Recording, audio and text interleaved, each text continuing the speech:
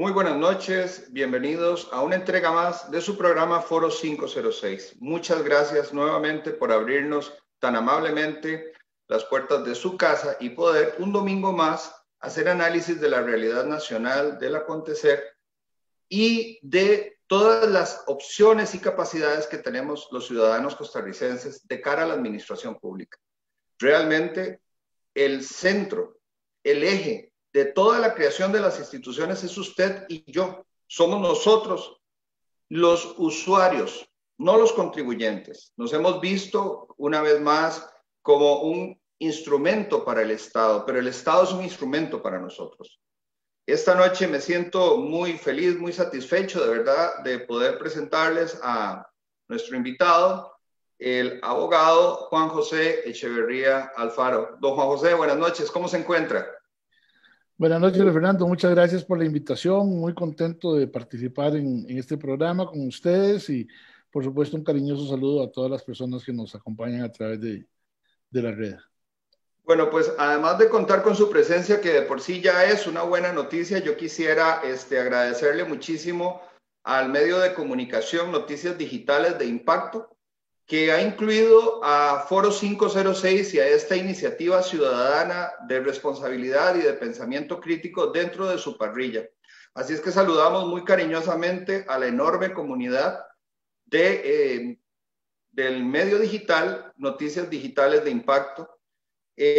Vamos a estar igualmente todos los domingos a esta hora y esto nos permite llegar a otros tantos miles de personas que componen toda esta diversidad del pensamiento. Nosotros procuramos, Juan José, que el costarricense entienda la importancia de la libertad, de las libertades constitucionales, de la libertad de expresión y también no solamente de los derechos, sino de las enormes responsabilidades que tenemos los costarricenses. Don Juan José Echeverría, hace unos días en este foro tuvimos al señor Albino Vargas. Nos reunimos cada cierto tiempo, ha sido la segunda invitación que hemos tenido con don Albino Vargas, porque ya ahora vemos que las circunstancias que nos molestan como ciudadanos, más allá de los temas de corrupción, de la ineficiencia del Estado, del altísimo costo que representa el pago de tributos, de los salvamentos que tenemos que hacer los ciudadanos cuando somos solidarios en la pérdida, pero no somos igualmente invitados en las ganancias del Estado, nos hizo pensar ante un reto que yo le hice a don Albino Vargas. Yo le decía a don Albino, yo creo que ya es tiempo que el sindicalismo mute de eso que le han llamado la democracia de las calles, que implica una ruptura, digamos, de la vida social, en tanto usted al bloquear una calle prohíbe que algunas personas circulen libremente. Ciertamente es una medida de presión, pero esto tiene que mutar. Entonces él decía, bueno, desde la ANEP nosotros estamos ahora viendo una visión a futuro, y la visión de futuro es desarrollar el cabildo. El cabildo es una palabra que le pongo yo, pero en realidad lo que ellos procuran es la organización comunal, haciéndose sentir, haciéndose ver. Es que no es la queja por la queja, es que tenemos una serie de necesidades y lo peor, mi estimado Juan José, es que el gobierno está para servirnos y no nosotros para servir al gobierno. O sea, nosotros tenemos que apoyar al gobierno, pero el gobierno tiene que apoyar no solamente al ciudadano, a su seguridad, a su educación, a la recolección de residuos, sino también al mejoramiento, ver ventajas competitivas y ventajas comparativas que tiene cada uno de los municipios. Entonces, en esta primera entrada, digamos, de este tema tan complejo, digamos, y tan ajeno para el ciudadano, en tanto al gobierno local, yo quisiera, don Juan José, que usted nos hiciera una breve reseña de cómo es la arquitectura de un municipio, ¿verdad? ¿Cómo funciona? ¿Es el alcalde como un presidente? ¿Es el consejo como una asamblea legislativa? ¿Qué papel tienen los regidores? ¿Qué papel tienen los concejales? ¿Qué papel tienen los síndicos? ¿Cómo se organiza para luego ver en dónde calza el ciudadano? Ok, Luis Fernando. Bueno, primero que todo me parece que hay que hacer un breve análisis un poco más global, ¿verdad? Okay. Los gobiernos locales son parte del Estado costarricense, no así parte del gobierno central. ¿verdad? Son estructuras políticas administrativas diferentes, pero sí somos o somos parte del Estado, digamos, hablando como parte del sector municipal. El Estado costarricense, sobre todo el Estado, digamos, moderno, se consolida a partir de los hechos sociales y políticos de la década de los 40. Y fue un Estado que después de la Constitución del 49 quedó altamente centralizado.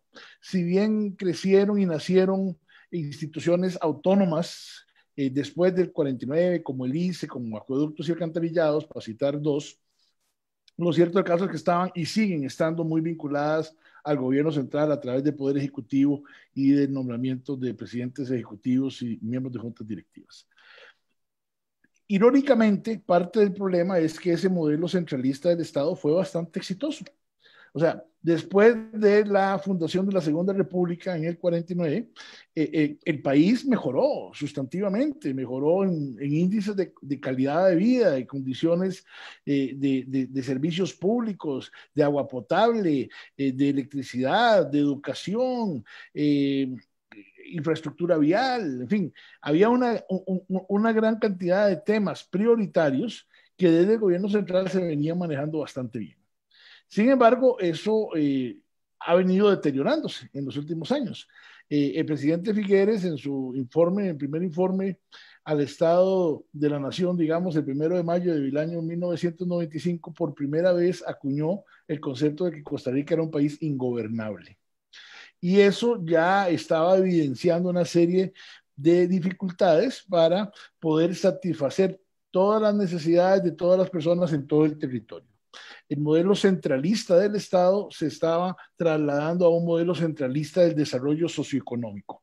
Entonces, evidentemente, el Valle Central era una zona territorial, una región privilegiada y algunos polos de desarrollo que podríamos haber ubicado, por ejemplo, el Pérez Celedón en el sur, Pocosí en la zona hacia el Caribe, San Carlos en la zona norte, tal vez Liberia, ¿verdad? Pero sí se empezaba a notar, digamos, asimetrías de carácter regional y deficiencias, particularmente en zonas costeras y limítrofes muy sensibles, ¿verdad? Y poco a poco empezó a hablarse de la necesidad de una reforma del Estado. Y se crearon las comisiones de reforma del Estado en la década de los 80. Y a partir de ahí se empezó a hablar de la descentralización del Estado. El primer código municipal era de 1970 y era un código municipal que era bastante revolucionario. O sea, si usted lee el artículo 4 del Código Municipal de 1970, la cantidad de responsabilidades y competencias que se le daba a las municipalidades era realmente extraordinario. Hoy día estamos todavía muy lejos de tener las competencias y responsabilidades municipales que el Código del 70 había establecido. Pero bueno, esto es un tema que tiene varias variables, varias vertientes, aristas, pero particularmente hay una que es muy clara y es la voluntad política. Estamos hablando de un tema de distribución del poder político, porque cuando usted distribuye competencias y distribuye responsabilidades y distribuye recursos, está distribuyendo poder.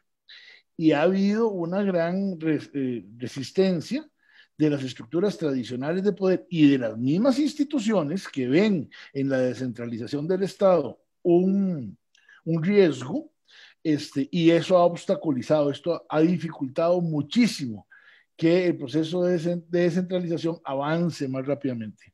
Estos mismos días, hace 2 o 3 días, ya hay algunos diputados o hay por lo menos algún proyecto que está promoviendo la Unión Nacional de Gobiernos Locales para cerrar CONAVI y trasladar las competencias y los recursos de CONAVI a las 82 municipalidades, próximamente 83 con la reciente aprobación de Monteverde. Lo que le quiero decir es que probablemente mucha gente de CONAVI pegaría el grito al cielo y diría qué barbaridad, cómo se van a ir a las municipalidades, esto no se puede hacer. Como se fue Albino Vargas, el sector sindical de este país, a finales de los 90, 98, 99, cuando se empezó a hablar, por ejemplo, de trasladar recursos a las municipalidades para el tema de educación, y se tiraron a la calle los sindicatos de educación en contra de la municipalización de la educación. ¿Por qué? Es que el dato es muy interesante. En el último programa, que fue hace 2 domingos acá, él decía que ellos ahora apuestan muchísimo más bien a la autonomía municipal Bueno, como un eje del desarrollo, pero no solamente eso, sino ahora sí como una representación y una participación activa ciudadana para hacerse eco. Entonces creo que ha cambiado el argumento. excelente, me parece maravilloso, es una magnífica noticia, porque efectivamente el sector sindical es una fuerza social muy representativa en este país y que además tiene poder político también, ¿verdad? Tiene capacidad de movilización, tiene una gran cantidad de agremiados y tienen claramente voz y opinión sobre los grandes temas nacionales. Pero yo le estoy trasladando, digamos, rápidamente un resumen histórico Claro. de los factores que han afectado, que han dificultado esto. Había otro factor, y sigue estándolo, tristemente, y es la calidad de la representación política que llega a las municipalidades. Antes, quiero que quede muy claro, a la mayoría de las municipalidades iban lo que se llama en el argot político de los partidos los pegabanderas. La gente que usted no tenía dónde colocar, entonces la nombraba regidora, la nombraba síndica o la nombraba incluso ejecutivos municipales, porque recordémonos también que la figura del alcalde es una figura bastante novedosa a propósito de la reforma del Código Municipal del 98 y que por primera vez en la historia se genera en una elección democrática en diciembre del año 2002, o sea, no tenemos ni 20 años y que es muy poco en la historia política de un ¿Qué país. explica que hemos estado, o sea, qué es lo que explica, Juan José, que estemos pateando el tarro y dejando, porque estamos hablando de 51 años? Es que son 51 años desde esa reforma del año 70 que usted comenta. Y entonces yo aquí traía algunos temas que a mí me parece que resultan absolutamente relevantes para el ciudadano, como por ejemplo, y te hago la pregunta, voy a regresar a la pregunta de la arquitectura porque me resulta muy importante Ya le iba para a llegar poder a eso. ver hasta dónde, digamos, dónde calza el ciudadano, ¿verdad? En la organización que debería. Pero vamos a ver, si nosotros hacemos un análisis, digamos, de derecho comparado, de derecho de administración pública comparada, nosotros encontramos que, por ejemplo, bueno, España, que son comunidades autónomas, son pequeños países dentro de un país que tienen coordinación con el gobierno central, pero Juan José, cada comunidad autónoma, por ejemplo, decide cuál es el programa de educación. Y entonces usted tiene una comunidad muy avanzada en términos educativos. Voy a poner un ejemplo y tal vez algunos no van a estar de acuerdo conmigo, pero digamos Cataluña, ¿verdad? Y luego te vas a encontrar otra comunidad que está muy rezagada, o te encontrás una comunidad como la de Madrid con sus éxitos y sus hierros, ¿verdad? Pero de alguna manera, por ejemplo, unos deciden que el castellano no es prioritario, mientras otros consideran el castellano no, la enseñanza del inglés no es prioritaria, que lo que se tiene que hacer para mantener la cultura y sus raíces es únicamente enseñar castellano, y otras comunidades autónomas deciden sobre la educación. Inclusive puedes tener conflictos en los cuales una comunidad aprueba un plan como el plan que fue tan controversial en Costa Rica de educación sexual y otro de plano lo rechaza.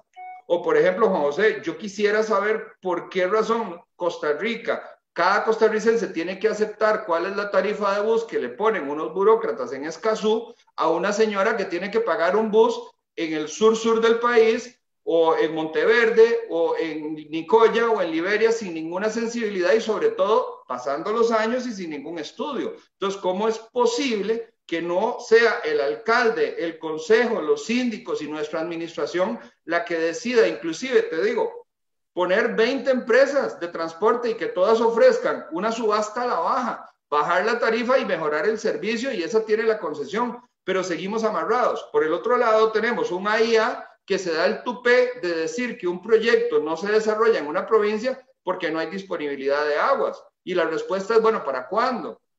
Y por el otro lado no vemos un municipio que pueda hacer su propio acueducto teniendo los recursos. Entonces, Juan José, aquí nos encontramos en una cosa terrible, porque estamos restando competitividad, estamos restando ventajas competitivas y comparativas, o dejándolas en eso que se le llama costo de oportunidad, ¿verdad? Dejando que el tiempo pase y no nos desarrollamos porque tenemos un montón de burócratas en el gobierno central impidiendo las labores que le son más cercanas y más sensibles al ciudadano.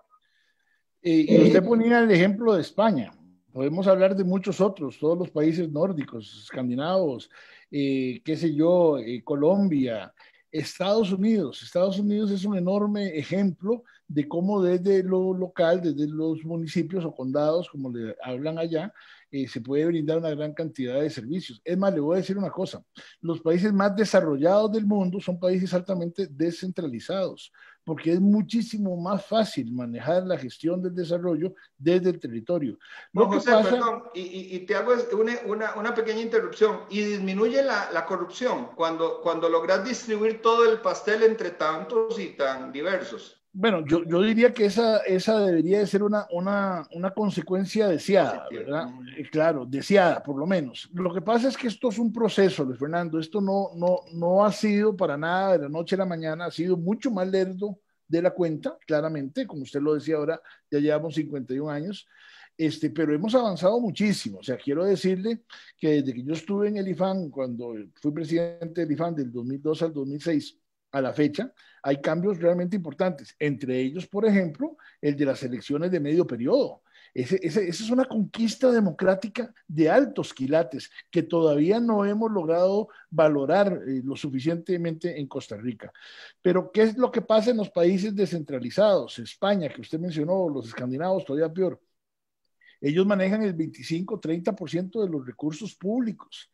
En Costa Rica, a nivel local, no se maneja ni el 2% de los recursos públicos. Entonces, ¿Usted se imagina, Juan José, que, por ejemplo, la municipalidad de Cartago tuviera la libertad de decir aquí se paga un 5% de impuesto de ventas y dejarla competir con el resto del país? O sea, llevar a unos niveles de autonomía. Vamos a ver, hay que tener cuidado, ¿verdad? Porque tampoco se trata de crear 82 feudos. O sea, el Estado como nación también necesita que se le hagan llegar cierto tipo de recursos para los temas que tienen que manejarse desde una perspectiva nacional. Pero desde una perspectiva local o regional, necesariamente también hay que tener una estrategia de manejo de recursos y de competencias. A lo que voy yo es a esto. Vamos a ver, cuando yo era presidente de IFAM, y lo digo con todo respeto, los alcaldes que todavía eran ejecutivos municipales, cuando yo ingresé, el perfil político, profesional, de liderazgo de esos alcaldes era muy, muy bajo. Realmente era casi deficiente. En las elecciones del 2002, cuando se va por primera vez en la historia un proceso democrático para elegir alcaldes, empezamos a mejorar poco a poco, ¿verdad? Hoy día usted agarra un perfil de alcaldes y usted va a encontrar una cosa interesantísima. Usted encuentra ahí exdiputados, exministros, expresidentes ejecutivos, encuentra alcaldes que ya han tenido 2 o 3 periodos. Eso lo que significa es que usted está empezando a tener a un Mario Redondo en Cartago. O sea, ese es un alcalde de lujo que puede generar, gracias a su experiencia, una forma diferente de gestión política desde su territorio. Entonces, necesitamos llevar mejores personas a las municipalidades, a los consejos de distrito, a los consejos municipales. ¿Y cómo se logra eso? Eso se logra participando. Usted decía hace un rato, con muy buen criterio, que así como tenemos una gran cantidad de libertades como ciudadanos, tenemos una gran cantidad de responsabilidades.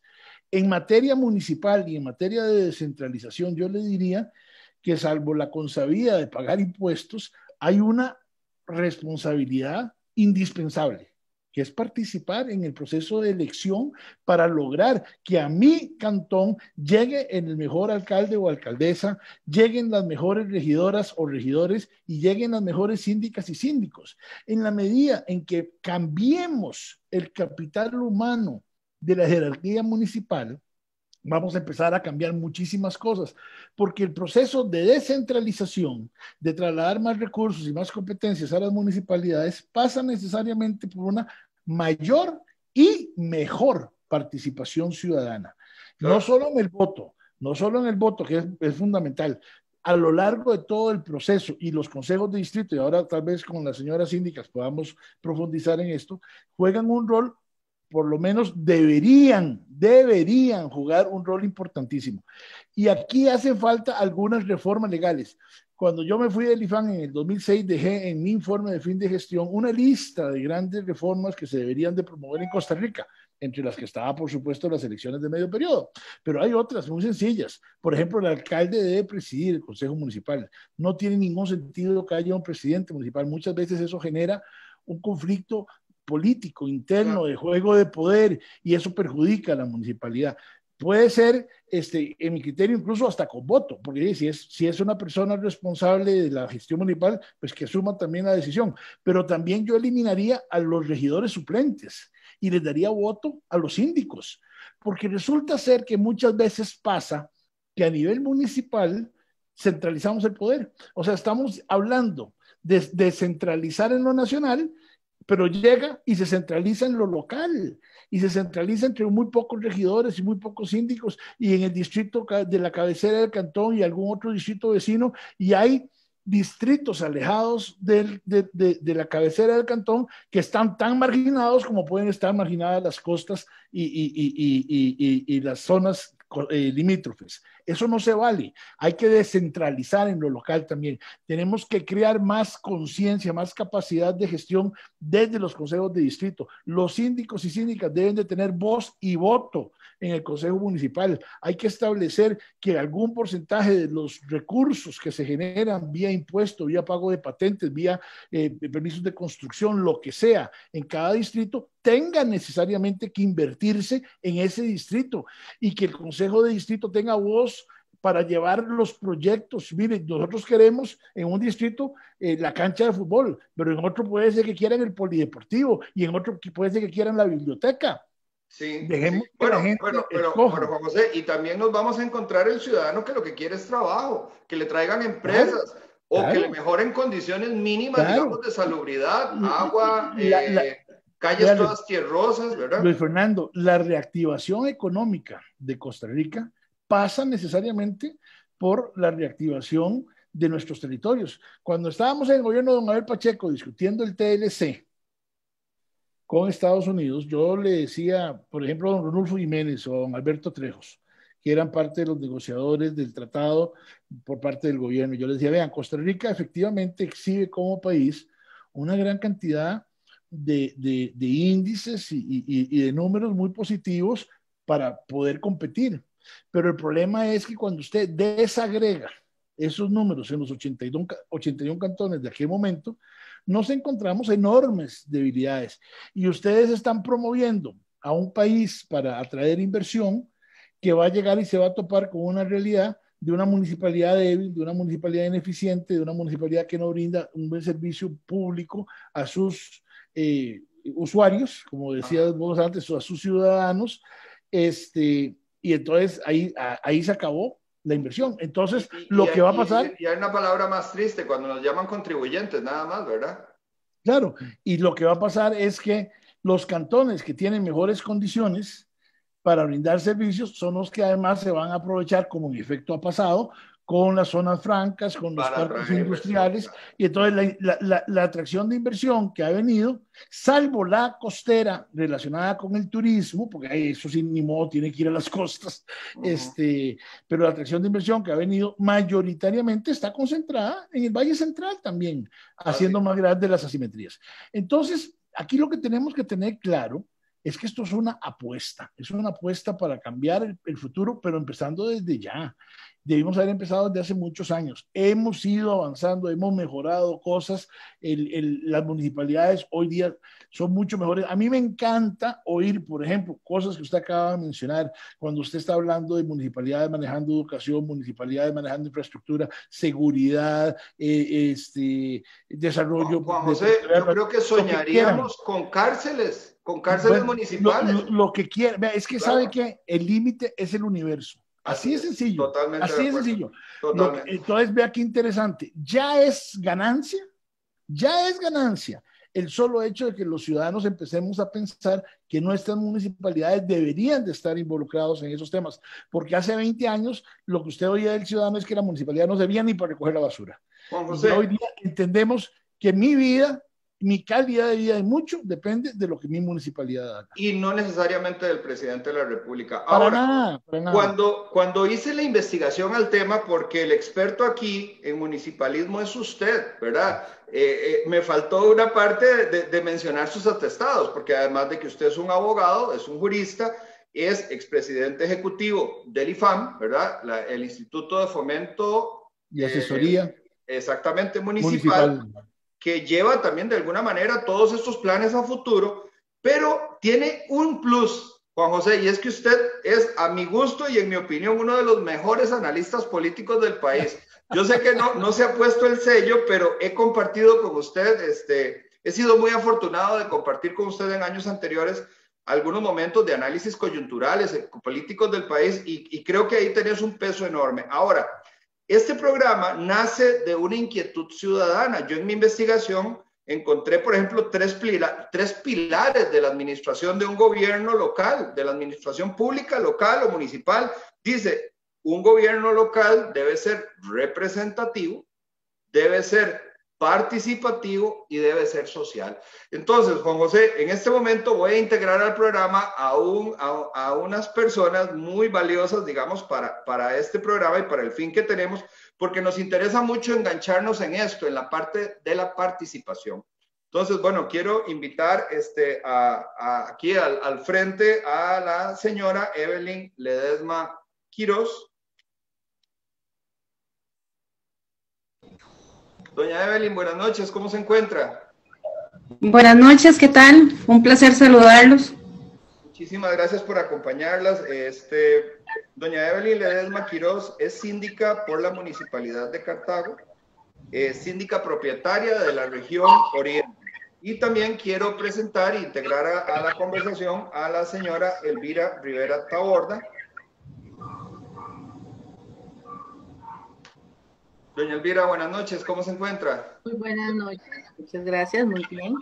Muchísimas gracias por acompañarnos. Con mucho gusto. Doña Elvira Rivera Taborda es nacida en el Atlántico, pero hace ya bastantes años se radicó en Cartago y ella funge como síndica propietaria del distrito de Occidente de Cartago. Es una empresaria, emprendedora y, como ya dije, una persona activa dentro de la organización del gobierno local de Cartago. Gobierno que, como bien lo dijo don Juan José, hoy brilla entre todos los demás gobiernos gracias al liderazgo de don Mario Redondo, que creo que sería muy injusto no reconocérselo, porque realmente ha hecho cambios interesantes, como en algún momento el alcalde de Belén también hizo grandes avances por su provincia. Ahora bien, como dijimos que toda esta estructura del gobierno se centra en un objetivo y ese objetivo es el usuario, el ciudadano, no me gusta la palabra contribuyente, aunque nos convertimos en uno, pues este programa nace de la iniciativa, no solamente del comentario de don Albino Vargas, sino de una persona activista que ha estado con nosotros en el programa, un profesor de inglés de una región que ha sido castigada por diversas circunstancias. Así es que pasamos al frente al profe Ariel. Profe Ariel.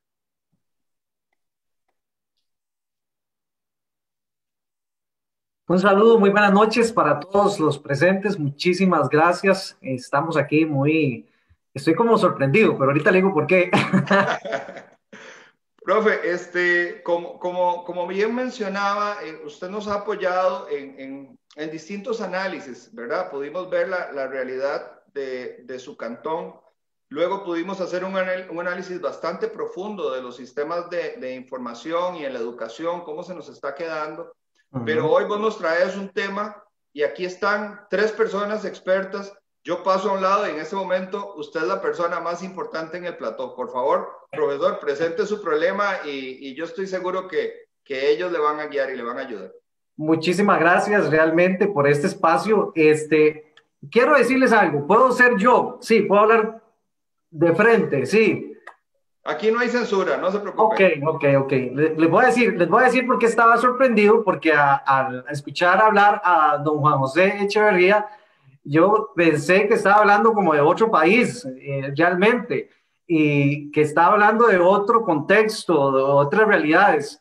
Yo crecí en el sur y soy del sur y soy de uno de los cantones, provengo de uno de los cantones más pobres del país, Buenos Aires de Punta Arenas, y al escucharlo hablar de él y de cómo debería ser la municipalidad y los ejemplos y los avances que supuestamente tenemos, yo me quedo como sorprendido. Digo, ¿a dónde? Aquí a mi alrededor. ¿A dónde? En el sur. ¿A dónde? En mi cantón. O sea, ahí es donde yo veo que realmente nosotros, y esta es mi misión, y estar aquí es parte de mi misión. Todo lo que se habló, yo me quedé como, no, y más bien darle más recursos a estructuras que están aquí, a mí me parece, y de la forma en que operan ciertos cantones, y el mío, y no tengo miedo para decirlo, me daría muchísimo miedo, más bien que tuvieran más poder. Eso se lo digo aquí como para iniciar, y por eso nació la pregunta. Nosotros estamos muy golpeados, para decirles así que Buenos Aires, el informe de la Contraloría del año pasado, un informe que prevenía para la prevención de la corrupción, nos colocó con un 29, y participación ciudadana bajísimo. Aquí hablar de, antes de que yo comenzara a hablar de lo que era la participación ciudadana y el rol de la sociedad civil en el proceso municipal, antes lo que yo hacía ha cambiado, lo que se hace ahora y en conjunto con un equipo, ya las personas han cambiado con mucha educación. Al inicio, el que cuestionaba mi cantón era un incómodo, una persona que quiere atravesar el caballo, una persona resentida, una persona que no quiere el progreso del cantón. O sea, aquí es calladitos y vámonos. No sé qué tanto, o sea, y ahí me ayuda don Luis Fernando, o tal vez ustedes mismos, qué tanto estén empapados del contexto de lo que pasa en la zona sur, de lo que pasa en un municipio como este, de lo que pasó ahorita y todo lo que se vieron en las noticias, que ha sido por iniciativa ciudadana. Si no, no sale a la luz.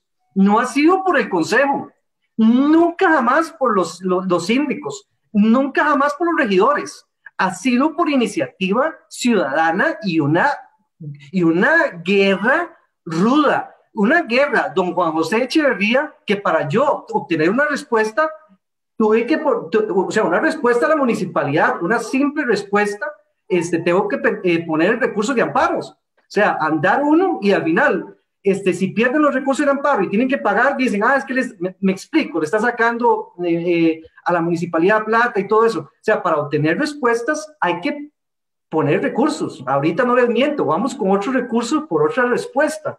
No dan respuestas, a pesar de todo lo que ha pasado. Por eso es que me pareció lindísimo, o sea, yo a la introducción, pero me disculpan si arruiné la imagen que se tiene, pero yo no vengo aquí para hablar populismo, ni tampoco vengo para hablar la realidad. Entonces, tengo muchas preguntas. Y la primera, no sé si iniciamos con las consultas o les doy como un preámbulo de qué es lo que pasa en la zona sur o del contexto. Profe, si me permitís en 20 segundos. Ok. Don Juan José, hace aproximadamente unos 15 días tuvimos en el programa a Pablo Barahona Kruger, amigo en común, que nos comentaba, digamos, del tema de la corrupción, el tema de las consecuencias penales que podía tener este caso en particular que tenemos ahora entre manos del MOB, del CONAVI, de las constructoras y de la supervisora. Y él decía que si el esfuerzo que hacía la Asamblea era únicamente hacer una comisión de legisladores, esto no iba a pasar más que de un show político o de un juicio político, digamos, que dura lo que dura el momento y las quejas y la regañada a los testigos y a los involucrados que finalmente van a decir que se abstienen de declarar.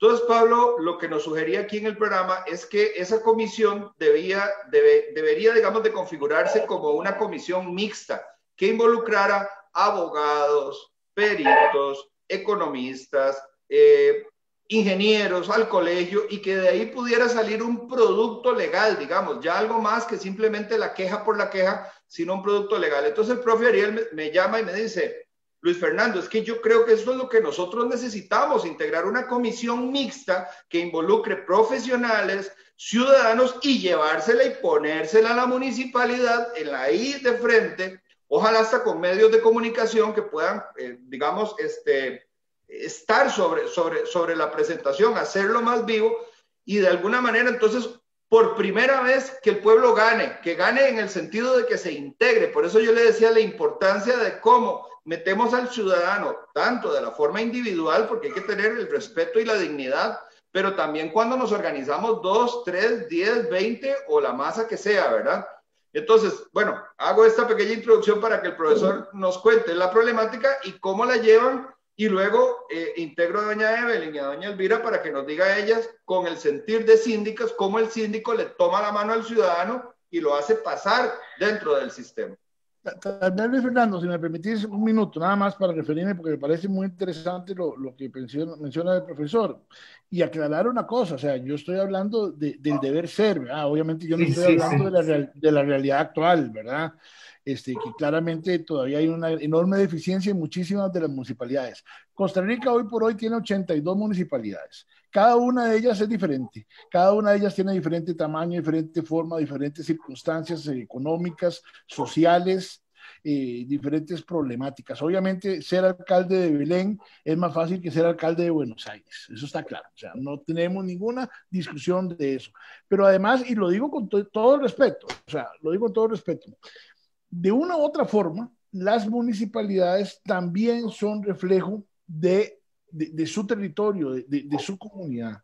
Y yo le garantizo al profesor que probablemente en las elecciones municipales que tuvimos ahora en el 2020, muy poca gente fue a votar probablemente en Buenos Aires y muy poca gente se preocupó por llevar y postularse a las candidaturas. Entonces yo hace un ratito decía que el proceso de descentralización pasa por una mayor y una mejor participación ciudadana. Estamos hablando de personas, claramente. Este es un proceso que descansa en la ciudadanía. Y en la medida que la ciudadanía se involucre y en la medida que la ciudadanía asuma como suyo este proceso, vamos a avanzar. De lo contrario, va a ser muy difícil. Yo lo que dije es que el único o los mejores logros que hemos tenido en los últimos años es el de llevar el proceso de elección a medio periodo. Falta mucho, por supuesto que sí. Vea que acabo de decir que los síndicos tengan voz y voto. Eso no está todavía. Acabo de decir que se eliminen los regidores suplentes. Eso no está todavía. Son propuestas y tenemos que empoderarnos. Y claramente la ciudadanía tiene que asumir este proceso e impulsarlo y exigirlo. Así como mucha gente exigió la salida de Otón Solís. Bueno, hay temas que este país tiene que asumir como propios desde la base y empezar a exigir. Porque la estructura política y la estructura institucional tradicional difícilmente va a promover estas cosas. Por iniciativa propia no lo va a hacer, tenemos que exigir, exactamente. Para nada, y yo decía, cuando terminé mi gestión en el IFAM, yo dije, el proceso de descentralización va lento, pero va, y va más por virtud y por necesidad que por decisión. La clase política no ha querido impulsar esto porque no quiere ceder y probablemente muchos de los problemas de Buenos Aires descansan en que en la municipalidad no están las mejores hijas e hijos de ese cantón. Zona sur. En general, zona sur, bueno, Pérez Celedón ha tenido buenos momentos y es un cantón que tiene mucha competitividad, pero parte del problema es que usted le dice a los de Pérez Celedón que son del sur y ellos dicen que no, ¿verdad? Adelante, profe. Más o menos. No, bueno, más o menos. Bueno, vamos al grano porque me interesa es como obtener respuestas y insumos de las acciones que estamos haciendo. A mí me gustan, son como las acciones. Hay muchos ejemplos que le podría dar, pero para que tengan una idea de un ejemplo actual,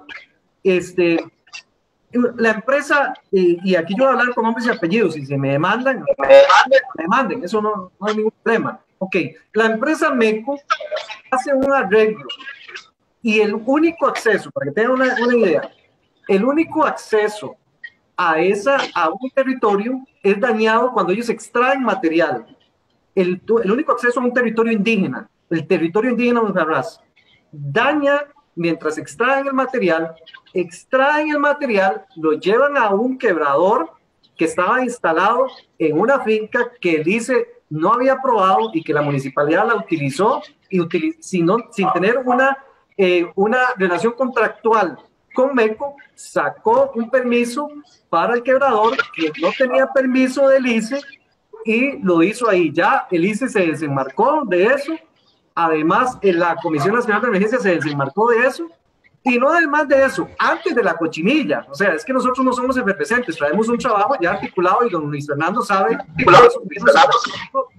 Entonces, antes de la cochinilla ya habíamos ido al consejo y habíamos encarado al consejo, lo habíamos encarado al alcalde y la respuesta es del señor alcalde es que sí, tiene usted razón, en marzo este año, tiene razón, pero MECO tiene mucha plata. Meternos en un contencioso con MECO para que repare el camino, porque la ley dice que el que daña el camino tiene que reparar el camino, mejor no, mejor vamos a llegar a una negociación con MECO, porque tiene mucha plata, a ver cómo hacemos. Nunca se supo la negociación, los ciudadanos, siempre, los ciudadanos nos manifestamos, y esto yo lo voy a llevar a diferentes estratos donde tenga que llegar, porque eso no ha terminado, esto es un caso ahorita efervescente, en el momento. Los ciudadanos hacen toda una manifestación, medio arreglan el camino, lo que había pavimentado lo dejaron en piedra otra vez, pero lo paga la municipalidad, o sea, lo pagamos nosotros, no MECO. Ese es un ejemplo de muchos que hay aquí, de muchísimos, o sea, eso es un ejemplo. Ahora sí, cuando vamos al consejo, cuando vamos a la municipalidad, nos deja hablar una vez por mes 10 minutos y ellos tienen una réplica de cuanto ellos quieran. O sea, por ahí quiero preguntar, ¿se puede cambiar esa participación de 10 minutos una vez al mes? O sea, 10 minutos y no hay derecho a réplica. No. Número 2, ¿qué responsabilidad penal tienen los regidores también por omisión? Porque muchas de las cosas, lo del quebrador hay omisión, lo de los permisos hay omisión, otro camino que de ahí sacó, que se llama el Rancho Coco, a la entrada de Socorro, otro camino, ya la Auditoría General del MOP, una semana después de que se entregó el camino, estaba con baches, raspado, no sé si ustedes vieron los reportajes, y ¿dónde está el regidor? Ahora el consejo se reunió el lunes pasado y el consejo se lava las manos. Nosotros no tenemos ninguna relación con MECO, nada más prácticamente hay un regidor que es oposición, presentó una moción para que se investigara eso, y la rechazaron porque la mayoría están como amarrados, por decirlo así, rechazaron, o sea, ahí murió. Porque dicen que no, que eso lo va a investigar, porque ciertamente hay también ya en la fiscalía denuncias, pero no llegamos a ningún lado. O sea, nos tapan la boca por todo lado. Entonces, para ser concisos, ¿qué se hace en este caso? Como nosotros, ¿qué hacemos? Nos tiramos a las calles, no es mi estilo. Don Luis Fernando sabe que ese no es mi estilo, pero nos amarran por todo lado, no quieren investigar, se lavan las manos, se rieron, o sea, prácticamente con mucho sarcasmo. Nosotros no tenemos una relación con MECO, nada. Y entonces dicen, vamos a esperar que se haga justicia, porque saben que, ojo, porque ustedes hablaban de otros modelos de otros países, pero aquí la impunidad a la corrupción en función pública es impresionante. Entonces, clarísimo dicen que la justicia diga si soy culpable o no soy culpable, con los porcentajes que hay en condenatoria en función pública, 3%, y si no me equivoco, ese 3% es porque captaron a un tráfico y lo tomaron pidiendo la mordida. Entonces, para ser concisos por ahí, esa es como... Y podríamos hablar toda la noche de ejemplos, pero ese es como un ejemplo de lo que pasa aquí para que ustedes vean el ambiente. ¿Qué hace uno? Nosotros queríamos crear una comisión mixta. Es legal de la sociedad civil, se puede crear una comisión mixta, pero si los regidores todos votan que no y que no quieren porque ellos saben que hubo omisión en el pasado, entonces no quieren que esto se ventile, entonces ¿qué hacemos? ese es el pedido de auxilio mío y de muchos ciudadanos de este cantón.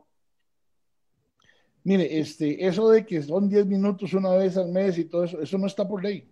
Esos son reglamentos que la misma municipalidad define y son formas en que se hacen. Cuando yo andaba capacitando a regidores y alcaldes por todo el país, yo les decía que ojalá cada municipalidad tratara de sesionar por lo menos una vez cada 2 meses en los distritos. Precisamente para acercarse a la ciudadanía, para poder dar más espacios de participación. Claramente, si hay que tirarse a la calle, habrá que tirarse a la calle, profesor.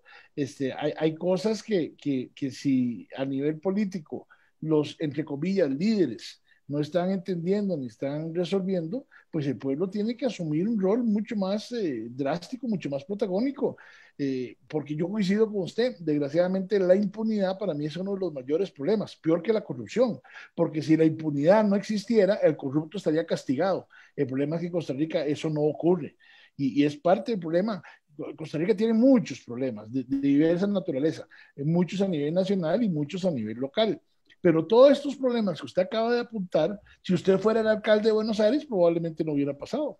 Entonces es un problema de personas, no es un problema de instituciones, no es un problema del sistema, ¿verdad? Hay muchos cantones en que eso no pasa, porque tenemos alcaldes mucho más, qué sé yo, experimentados, con más visión, con más liderazgo, con más capacidad para poder generar vínculos políticos, diálogo, acuerdos y consejos municipales integrados por gente de más nivel, que no es tan sencillo que se excusen o digan no tengo nada que ver. Y claramente los regidores también son servidores públicos y están sometidos al principio de legalidad, y hay un delito que se llama incumplimiento de deberes. Entonces, Juan José, por y ahí es omisión muy también son importante. responsables. ¿Y a dónde va el ciudadano? Porque yo recuerdo que un alcalde de Pérez Celedón fue destituido. Bueno, o sea, se eso le puso, no sé si se le llama moción de censura o qué, pero entonces aquí también podríamos optar, si los escogimos, ¿cómo quitarlos? Sí, claro. De hecho, eso es una novedad importante que se estableció en el Código del 98.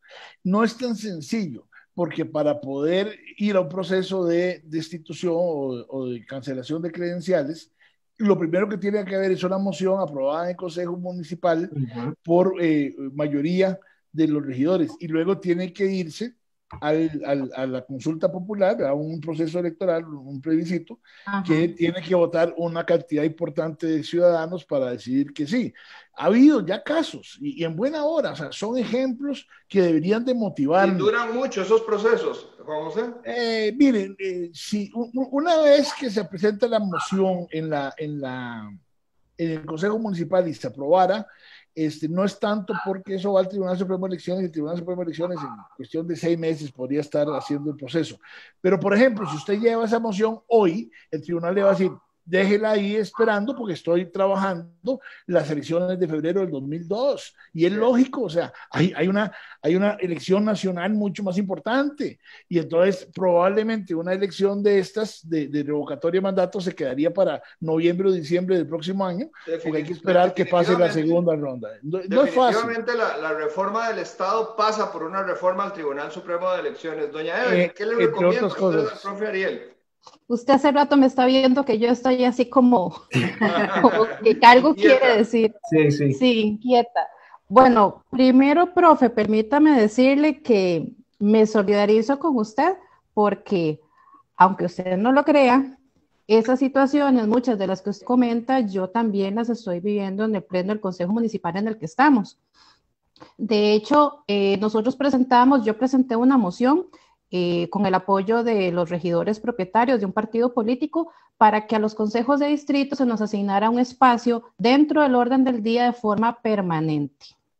Eso estamos hablando que lo presenté, entramos en mayo. Digamos que ya aprendí un poco cómo era la mecánica, lo presentamos en junio.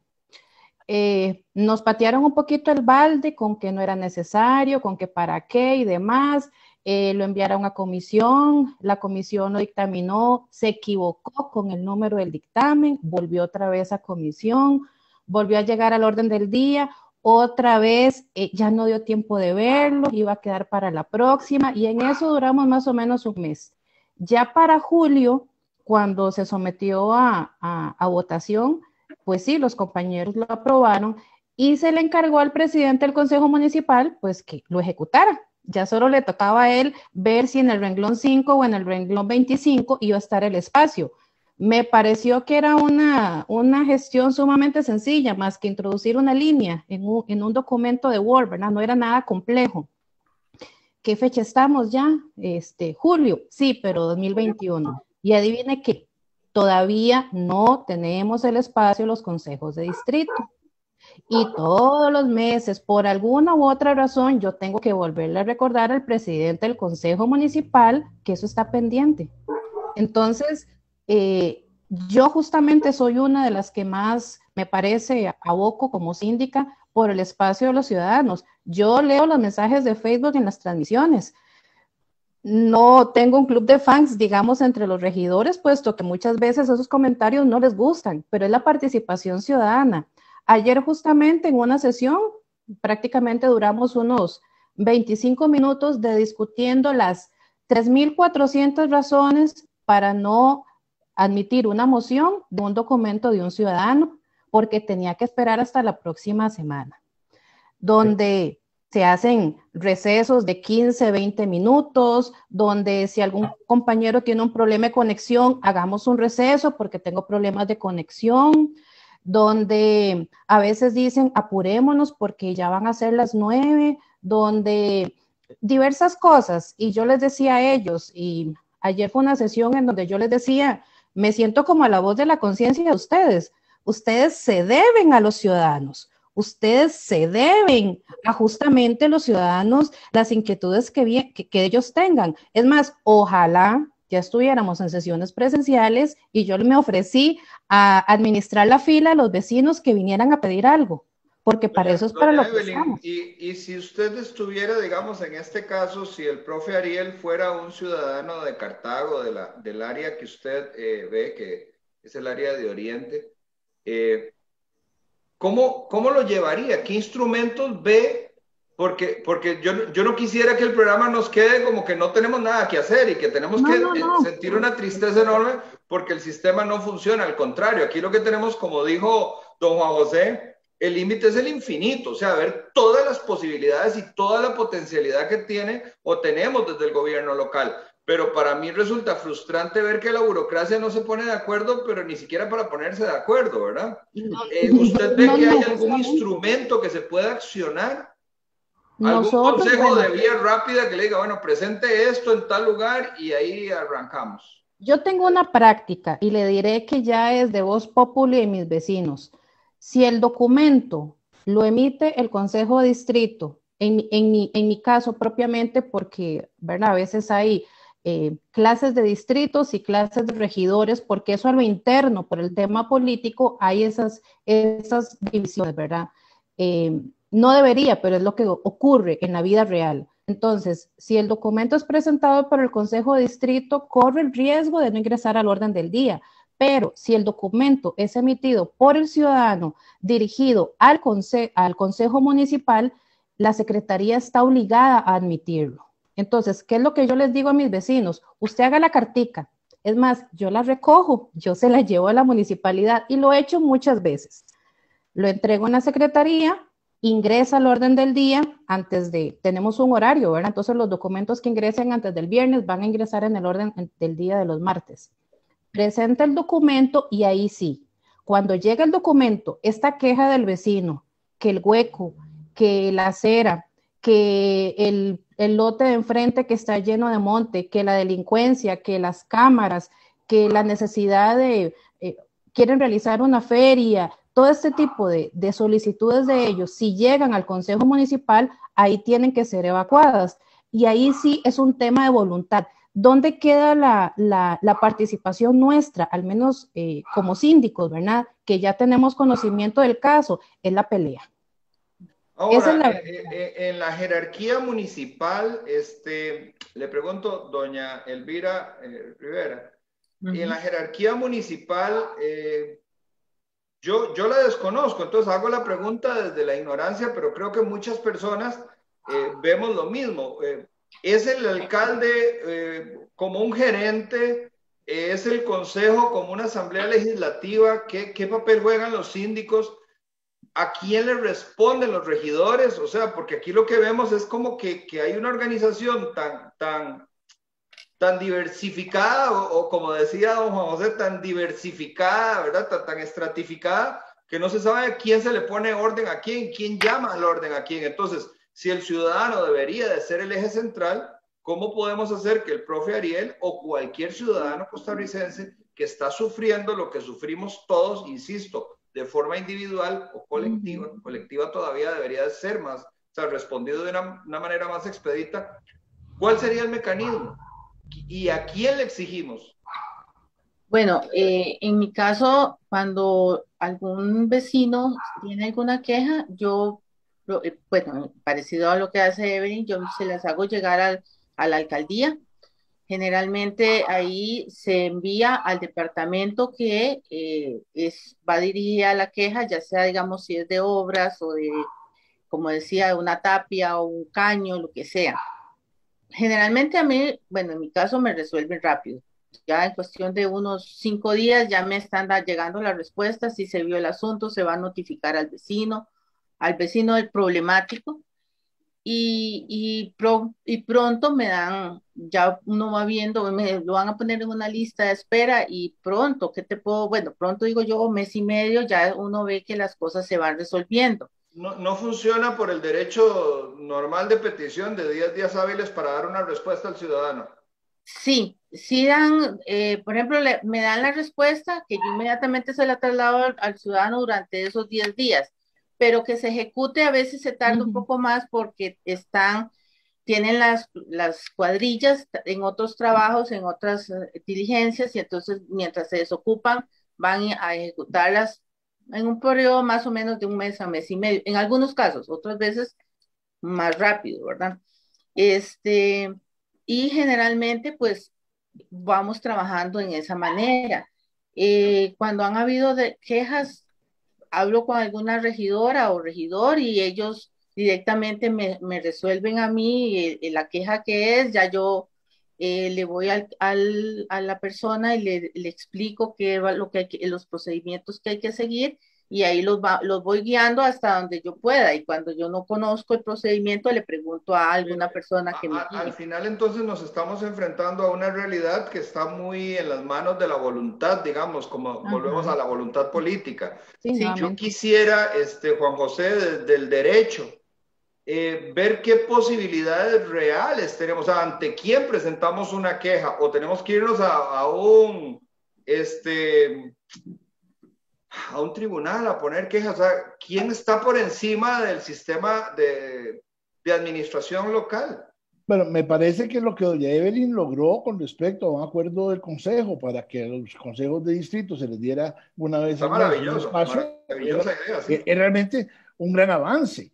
O sea, lastimosamente el presidente está incumpliendo su responsabilidad. Yo la denunciaría ante la auditoría interna de la municipalidad, lo denunciaría en el Ministerio Público y metería un recurso de amparo electoral. O sea, si el presidente no está para cumplir con su responsabilidad, su obligación que juró cumplir cuando fue juramentado, pues que asuma las responsabilidades.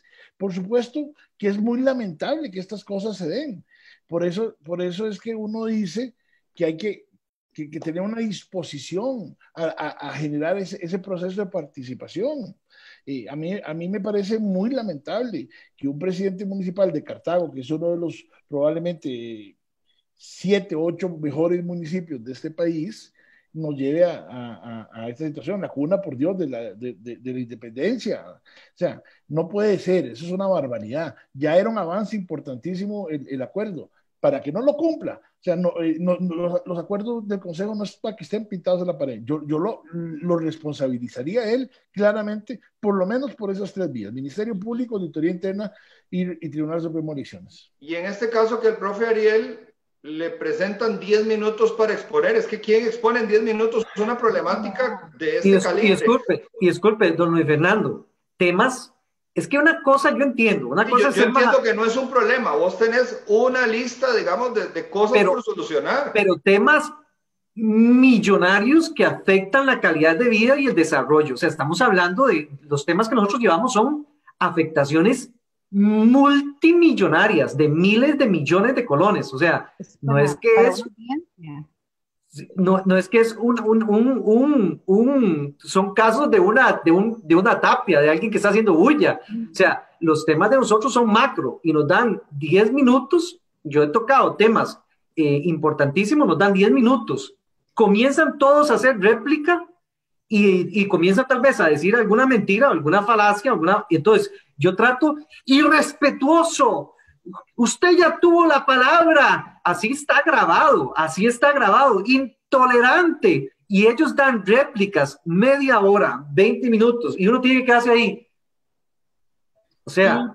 Profe, y una consulta, obviamente ustedes tienen un reglamento, y ustedes no, ¿por qué no ponen para cambiar ese reglamento, ir a la Contraloría General de la República y presentar que varíen ese reglamento para que sea más abierto al público, a todas las personas, porque no solamente es a los síndicos, a los regidores al presidente del consejo, sino que todas las personas tengan ese derecho, porque en la Contraloría lo pueden darle mucho apoyo a usted. Sí, yo pienso que nosotros ya hemos tomado acciones, no solamente de hablar, obviamente, sino también hemos tomado acciones. Somos un grupo de ciudadanos que estamos muy interesados y el grupo va creciendo. Yo pienso que, me llamó alguien de una estructura, de la estructura más fuerte de política de esta zona, y me dijeron, con usted cometieron un error, y porque va a hacer algunos recortes de políticos que se estaban proyectando para puestos importantes, por lo mismo, como usted cometieron un error.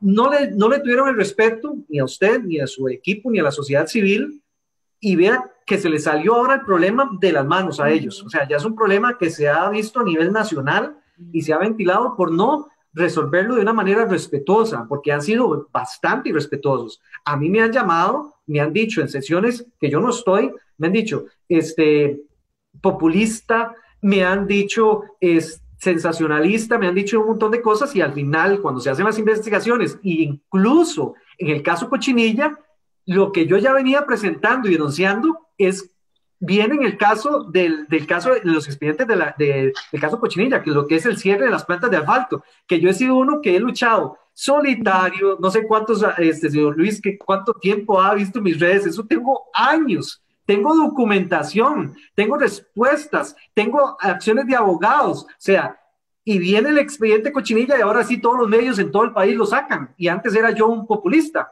y en este caso ahora sí lo sacan todo el mundo. Un solo medio hoy por escrito lo sacó, hizo 4 artículos de eso mismo.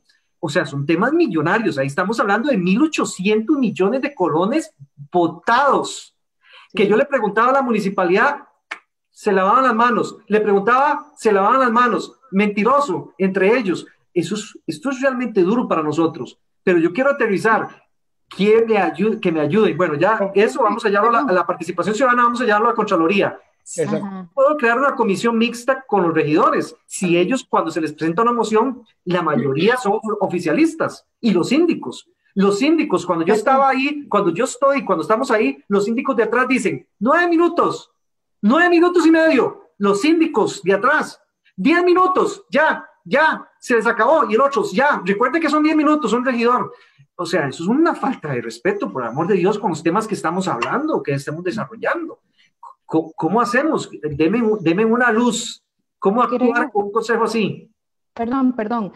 Una consulta, y de todos los regidores, ¿no hay ni uno solo que por lo menos a usted le firme una moción? O sea, que le vaya a apoyar. Digamos, hay uno y medio, Solo ocupamos uno, digamos, uno, sí, hay uno que sí. ¿Qué pasaría? Sí.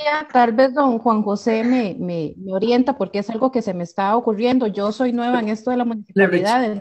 Le rechazan. El lunes presentó una moción y lo rechazaron y lo agarraron y lo limpiaron el piso, porque quería que hablaran de eso. Limpiaron el piso, todos, porque la mayoría son oficialistas.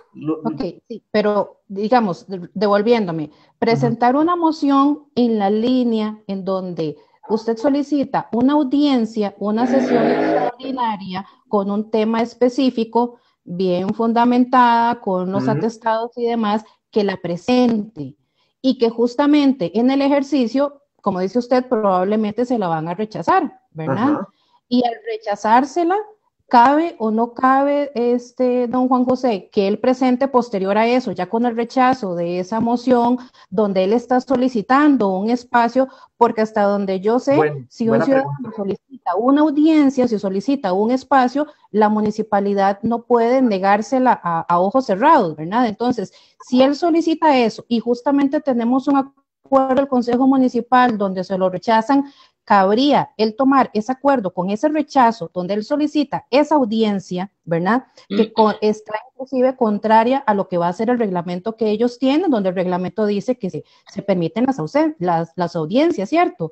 Que él presente en ese momento el recurso o envíe justamente a la Contraloría y solicite, a la Procuraduría y solicite un dictamen que sea vinculante para ese fin. Si el problema supone una mala inversión o manejo de recursos públicos, la Contraloría General de la República le recibe la denuncia y lo investiga. Porque en materia de ejecución presupuestaria, la Contraloría tiene toda la competencia del mundo. Evidentemente también se pueden plantear recursos, pero si, como usted bien dice, está el consejo de 5 miembros, hay 4 que están en contra, la va a tener siempre muy difícil. Aquí el esfuerzo que está para que dentro de 3 años esas cosas cambien y llegue mejor gente allá. Pero aquí yo quería recordar algo, sobre todo para las 2 señoras síndicas. No recuerdo el artículo, pero creo que es el 62, 63 del Código Municipal. Claramente dice que los acuerdos del Consejo de Distrito serán vinculantes y obligatorios para todas las instituciones del Estado. Eso no lo dice ni siquiera los acuerdos del Consejo Municipal. O sea, el Código Municipal tiene un artículo que le da al Consejo de Distrito una fuerza enorme que muchas veces no saben que existe. Búsquenlo. Está por ahí el 62, 63.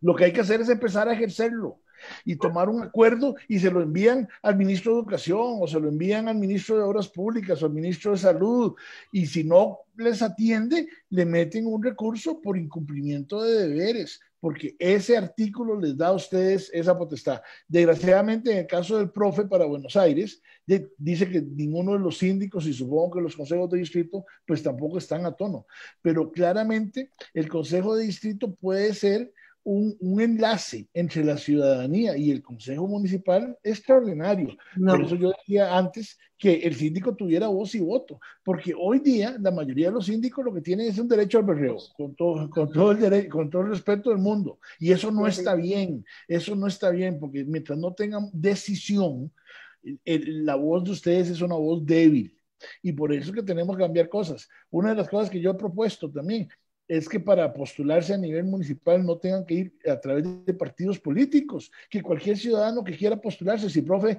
Ariel quiere ser alcalde, que se lance él y que ponga sus atestados y su trabajo y su liderazgo para valoración del pueblo, sin tener que ir con un partido político, porque en lo local realmente los partidos políticos nacionales no tienen que estar ahí metidos haciendo nada.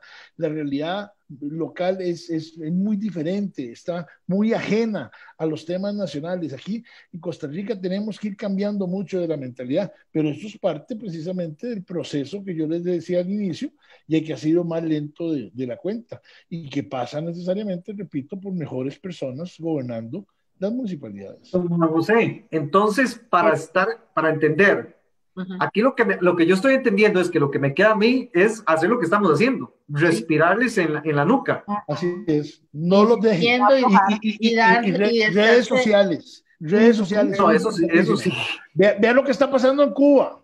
Vea lo que está pasando en Cuba, vea lo que pasó en Egipto con la primavera árabe allá por el 2012, por ahí. O sea, la gente al final de cuentas... La comisión mixta. La última palabra. El problema de la comisión mixta es que si el Consejo Municipal no quiere, no haga una comisión mixta, haga una comisión ciudadana de fiscalización. Sí, eso es lo que está, eso nosotros lo tenemos ya. Exactamente, exactamente. Entonces, esa comisión va a estar respirándole en la espalda al alcalde y a los regidores y denuncien.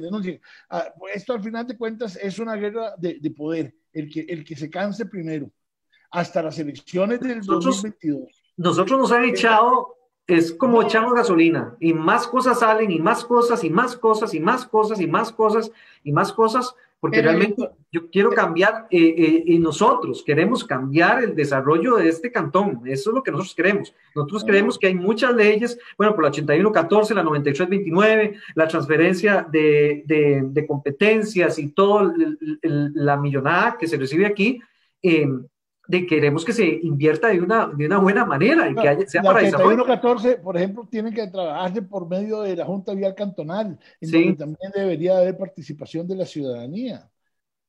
Entonces, si no está, métanle una denuncia a la Contraloría, porque eso es administración de recursos públicos. Si no lo están haciendo correctamente, ahí puede haber otro tipo de faltas.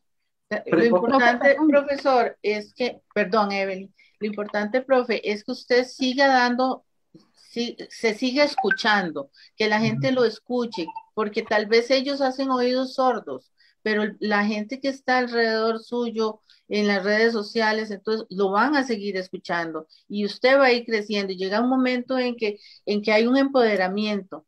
Y una de las grandes funciones que tenemos nosotros como síndicos, bueno, en el caso de los síndicos, es darle una concientización a la gente, al pueblo, darle un empoderamiento, y eso es lo que está haciendo usted, porque nadie lo había hecho, todos eran como ovejas al matadero, ¿verdad? Todos calladitos y que los otros hagan, y usted está creando esa conciencia, y es lo importante. Tal vez en este momento no se pueda ejecutar mucho de lo que se desea, pero ya hay un movimiento, ya hay una efervescencia ahí entre los ciudadanos, y eso es muy importante. Por lo menos para mi criterio, es muy importante. Sí, porque es muy desgastante. Sí. Muy, muy, muy desgastante, pero nosotros no nos vamos a rendir. Es muy duro que en esos 10 minutos o en ese momento hay un ciudadano, es muy duro. Vean lo que yo les voy a decir, es muy duro como juegan, digamos, con la ignorancia del pueblo. Un ciudadano hacer una consulta, parte del equipo de control ciudadano, y le dijeron, cuénteme una cosa, ¿usted tiene cédula jurídica? ¿Usted tiene cuenta en el banco? Pregunta, como diciéndole, cuando venga a hablar aquí, a pedirnos cuentas o a hacer una pregunta, tiene que tener cédula jurídica y tiene que tener cuenta en el banco. Eso fue la respuesta en una rendición de cuentas de este año. Ustedes pueden creer lo grave que es este asunto en esta zona sur-sur. Es grave, el asunto es grave. Muy grave, porque esa persona que llegó a hacer esa consulta fue un voto que ayudó tal vez en algún momento a que ellos estuvieran en el poder. Y le dijeron, en esos días, y lo peor, en esos días le damos la respuesta. Eso fue hace como 3 meses. Por escrito se presentó la inquietud y verbalmente se comprometieron a decirle. Hasta la fecha no está la respuesta. Vean qué curioso, no está la respuesta hasta la fecha. Y salen en estos días diciendo en redes sociales, estamos abiertos a cualquier consulta en cualquier momento a decírselas a ustedes. Somos transparentes, honestos. O sea, es duro, aquí es duro, duro. Como le dicen las señoras, no hay que cansarse, hay que seguir. Usted tiene la motivación de que está del lado correcto, pero yo le quiero decir a doña Elvira una cosa, es peor de lo que usted dijo, porque probablemente ni siquiera votó. Es que eso es lo más duro de todo esto, lo más triste, lo más frustrante de todo. No votó, entonces no votó y no es karma. No, exacto. Entonces resulta ser que en este país tenemos cantones que el 80% de su población no votó. Entonces después, ¿con qué, no digamos derecho, pero con qué autoridad moral uno puede estar molesto con quien está gobernando si yo ni siquiera tuve 5 minutos de mi tiempo para mi cantón, para ir a votar por alguien mejor? Eso es lo triste. Por eso yo decía antes al inicio que así como hay que pagar impuestos, lo más sagrado de todo es ir y votar. votar por los mejores, votar por quien realmente me representa, por el programa de gobierno que mejor le conviene a mi territorio, a mi gente, porque de lo contrario, si no, esos que están gobernando hoy Buenos Aires van a seguirlo haciendo y se repiten y se repiten y se repiten y nada cambia. Juan José, nos decía el administrativista Luis Ortiz, el abogado Luis Ortiz, hace algunos programas atrás, cuando yo le decía, ¿cómo podemos darle una respuesta al sentimiento de frustración que yo siento también? O sea, yo en este momento escucho al profe Ariel, pero el profe Ariel lo único que es que nos sirve de reflejo, es como un espejo, digamos, de la realidad que vivimos todos.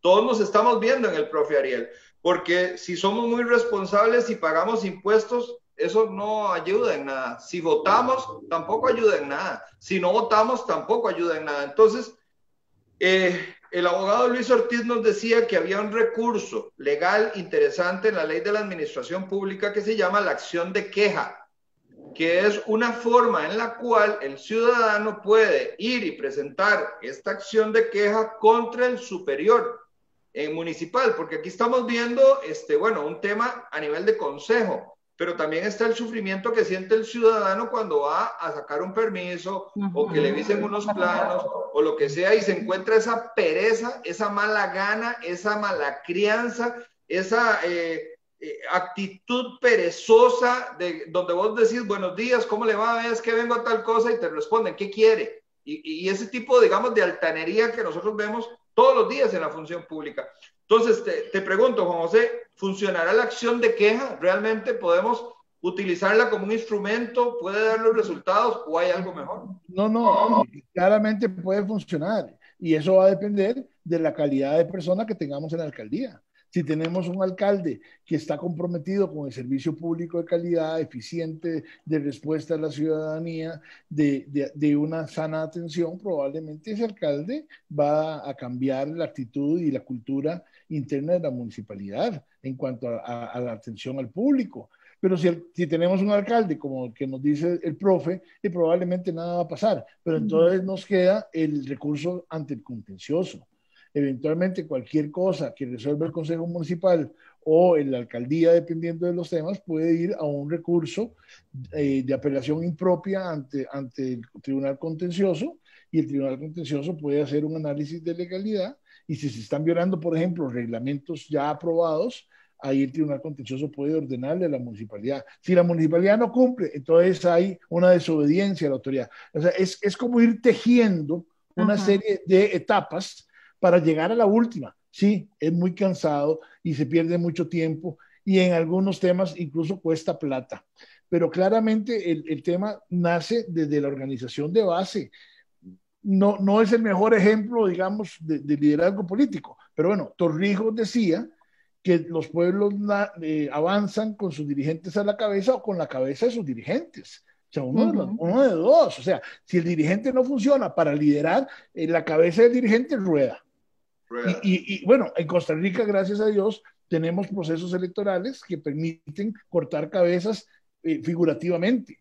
Pero si no ejercemos esa hacha del voto, entonces difícilmente vamos a resolver. Pero sí existen formas, existen recursos, existen mecanismos. En materia de administración de recursos, la Contraloría es magnífica, porque realmente es un tema que ellos dominan y por el cual se preocupan. La Contraloría hace análisis, por ejemplo, de participación ciudadana y tiene índices que califican a los municipios en diferentes rubros y ese es uno de ellos. Pero la Contraloría no le va a hacer una sanción a una municipalidad por poca participación ciudadana.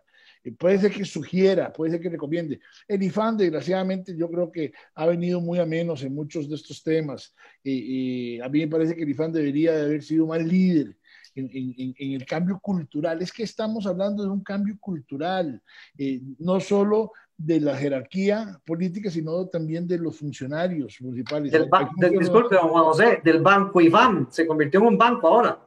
Sí, tristemente se fueron solo por la parte financiera. Juez y parte, ahora. Sí, ahora, efectivamente. Juan José y doña Evelyn, doña Elvira, el profe Ariel, el tiempo ha volado. Yo creo que el tema es complejo. Esto es como meter el mar en un vaso, ¿verdad? Es realmente un tema vasto y complejo. Yo quisiera comprometerte, Juan José, si querés participar con nosotros en un segundo programa, porque yo creo que las personas que como comentaba al principio, hoy Foro 506 se une a medios de comunicación digital, Noticias Digitales Impacto. Este programa ya no solamente va a llegar a las 5,000 o 6,000 personas que solía llegar en cada entrega, que también es orgánica, luego sigue reproduciéndose y la gente va viendo programas a destiempo, porque creo que hemos logrado traer contenido valioso. Ahora, al unirnos a medios de comunicación, Noticias Digitales de Impacto, pues aumentamos a una masa crítica de decenas de miles de costarricenses que también prenden o se conectan a un medio porque les interesa conocer este tipo de insumos. Y Juan José, yo creo que estarás de acuerdo conmigo, este programa, esta discusión que hemos tenido con ustedes, esto no lo vemos en ningún medio de comunicación. O sea, realmente no hay interés ni por la cultura, ni por la educación, y menos por el pensamiento crítico. Entonces yo quisiera comprometerte, porque sí me parece que hay un eslabón perdido.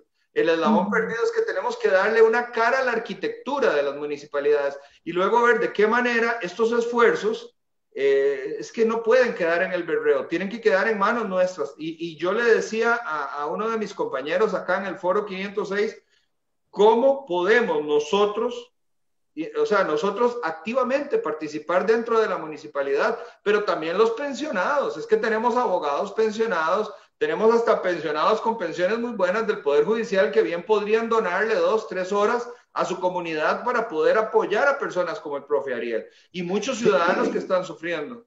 Te garantizo que mucha gente vecina de Buenos Aires se ha graduado y son magníficos profesionales, pero probablemente no están en el cantón, porque en el cantón no hay las condiciones socioeconómicas para poder ejercer su labor, su trabajo, su profesión. Vea, Luis Fernando, yo la orden, o sea, me encanta. Este es un tema que por supuesto me apasiona, en el que estoy convencido que este país tiene necesariamente que crecer y avanzar. Es un tema que se discutió pues con alguna intensidad en los meses previos a las elecciones municipales, en donde se insistía muchísimo en que la gente fuera a votar, y yo participé en los últimos 3 meses antes de las elecciones como en 60 programas diferentes de radio, televisión y radios locales y cosas de esas.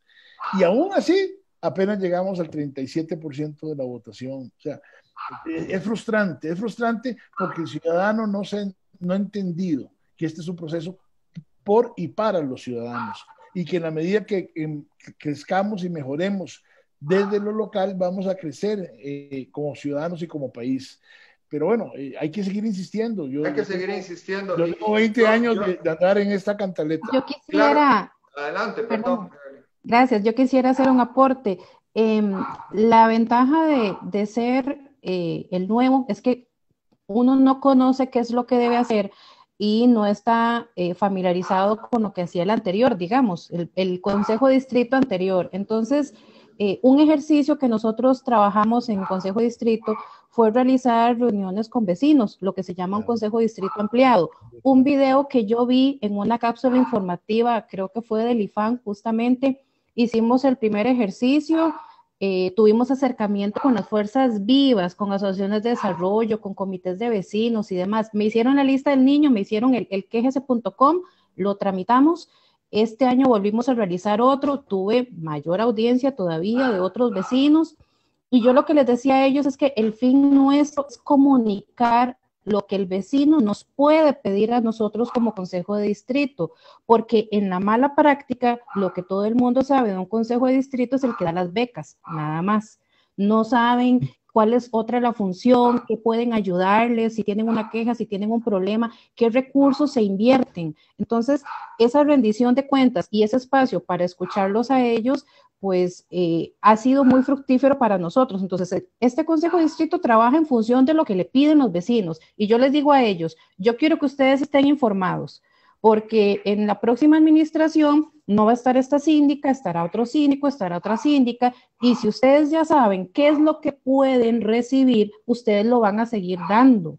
¿Qué es lo que le ha pasado en todas las municipalidades? Que el vecino desconoce la función del Consejo de Distrito, desconoce los recursos que llegan, desconoce cómo se hace el proceso de selección para cuando hay que invertir fondos del ICODER o de partidas específicas, pero si nosotros le informamos el proceso, va a haber un cambio desde ellos. Entonces, mañana no estamos nosotros en esa administración, pero ya el vecino, cuando va a votar, escoge, y cuando ya le conoce quién es el nuevo síndico o el nuevo consejo de distrito, va y pide.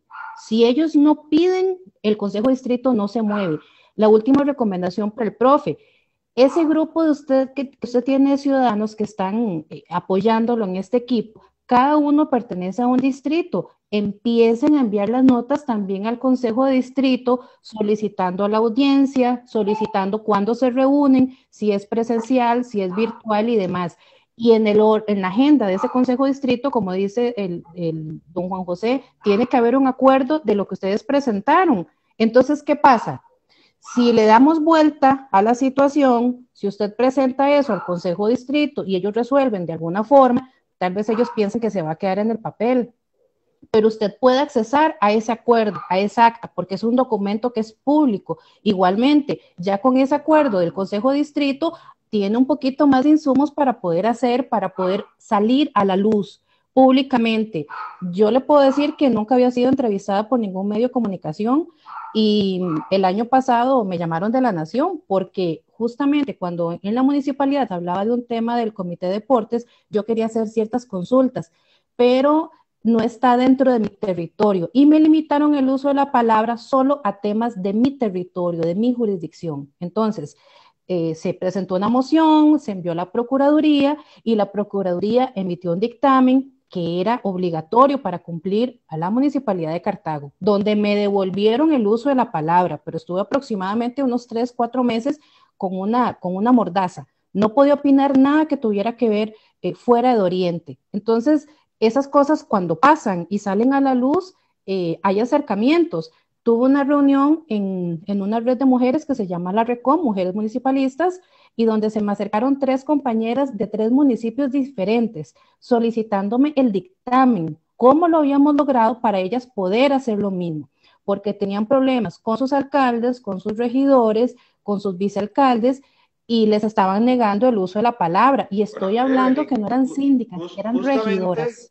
Justamente la intención de este programa es esto, es poder darnos y comunicar y difundir todos estos tips, estos volados, ¿verdad?, que llamamos los costarricenses, para poder tomar atajos y exigirle a la administración pública lo que nosotros necesitamos. El tiempo, pues como siempre, nos ha volado. Yo les agradezco muchísimo, profe. Una vez más, un abrazo a la distancia, le agradezco. Gracias. Sus palabras. Es un poquito frustrante. Es un poquito frustrante. Yo pensé que le podía dar un insumo más expedito, digamos, un pase rápido, pero lamentablemente creo que vamos a tener que seguir trabajando sobre este tema con distintas fuentes de pensamiento para poder encontrar un camino común. Doña Elvira, muchísimas gracias por habernos acompañado.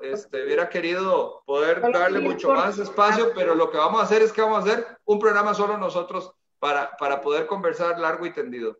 Ok, sí, Luis, yo lo único que quería aportar algo rapidito es parecido a lo que dijo Evelyn, que ahora los medios de comunicación nos ayudan mucho. Dar a conocer lo que vamos haciendo es importante, porque la gente a mí me dice, los síndicos anteriores no sabíamos ni quiénes eran. Usted está dando la cara, usted se está dando a conocer, una página en Facebook, en WhatsApp, grupos donde voy integrando gente, donde cada barrio integro por menos una persona de cada barrio que ellos ayudan a hacer, a darme a conocer.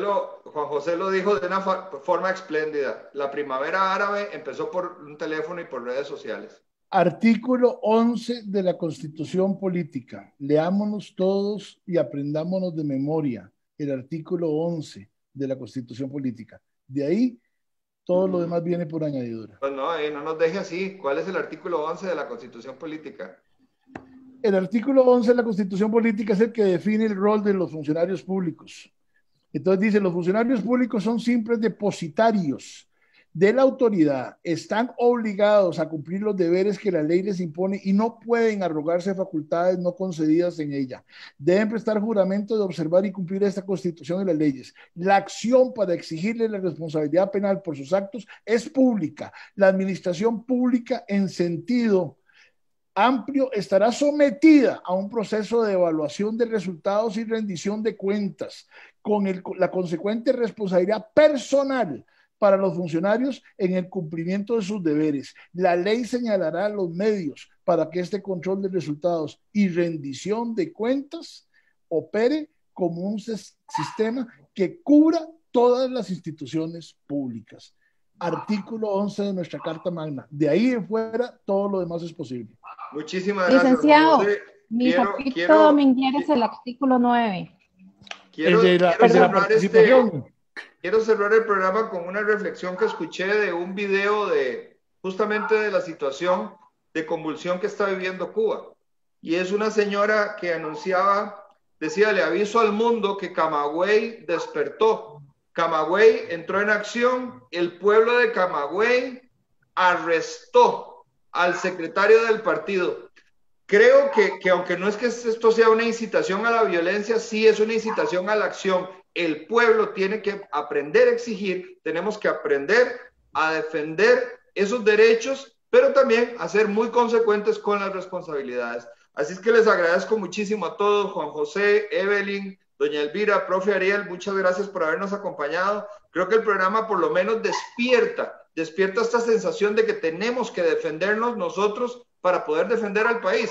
Aquí estamos como en la analogía del avión, cuando dan las instrucciones de emergencia dicen, si el avión pierde presión van a caer 2 máscaras. Póngase primero su máscara de oxígeno y luego auxilia a la persona que tiene a la par. Porque si primero auxiliamos a los de la par, nos desmayamos, ¿verdad? Entonces, tenemos que saber que la primera acción es por nosotros, es individual, para luego poder pasar a la acción colectiva. Muchísimas gracias a todos por habernos acompañado esta noche.